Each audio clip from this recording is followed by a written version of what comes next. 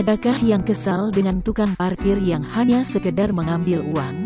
Iya, masih banyak ditemukan tukang parkir yang tidak serius dalam menjaga kendaraan. Tak hanya itu, ada juga tukang parkir yang hanya datang saat kendaraan keluar dari supermarket ataupun pasar. Tentu ini membuat pemotor atau pemobil kesal bukan main. Tapi tak semua tukang parkir seperti itu, Tribuners. Salah satunya tukang parkir dalam akun Instagram @palembang.terciduk.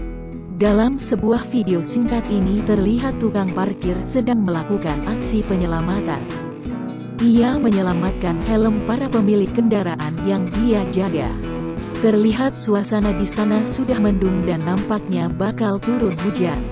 Dengan sigap tukang parkir tersebut menyiapkan kantong plastik berwarna merah dan memasukkan helm-helm pemilik kendaraan. Tentunya ini agar helm tidak kehujanan. Aksi ini pun langsung mendapat pujian dari para warganet. Ada yang mengatakan ikhlas jika memberikan uang senilai 100.000 pun kepada tukang parkir tersebut. Ada pula yang mendoakan agar sang bapak selalu diberikan kesehatan dan kelancaran rizkinya.